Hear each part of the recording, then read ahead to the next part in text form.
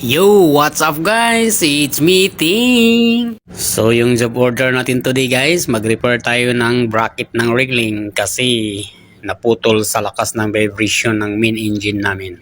Sabi ni Gudo, tibayan ko raw. So yung half inch na pipe, pinasok ko sa 3/4, so parang doble lang nangyari. Hintaw ko muna saglit guys kasi may panibagong job order.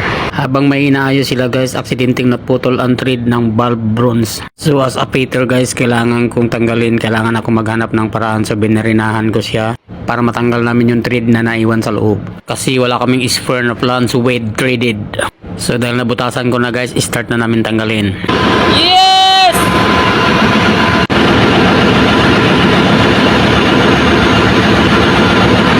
So dahil okay na guys, itutuloy ko na yung naiwan kong job order. Bago ako magsimula sa pag-welding, tatakpan ko muna yung fire detector alarm para iwas alarm. For safety, siyempre naka-ready na rin yung fire extinguisher natin.